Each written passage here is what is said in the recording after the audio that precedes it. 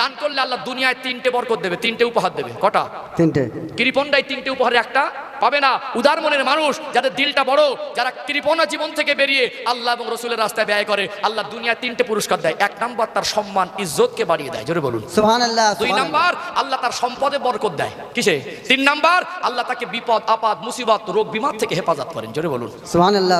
ও ভাই জানেরা, বীরভূম জেলার সোনার মানিক যুবকেরা, আব্বার মায়েরা অবাক হয়ে যাবেন। একটু আপনাদের স্মরণ করিয়ে দেই, আল্লাহর নবী হুজুর আমার যেই দিন বেশি পরিমাণে দান চেয়েছিলেন, আল্লাহ নবী সাহাবাদের বেশি বেশি দিতে বলেছিলেন।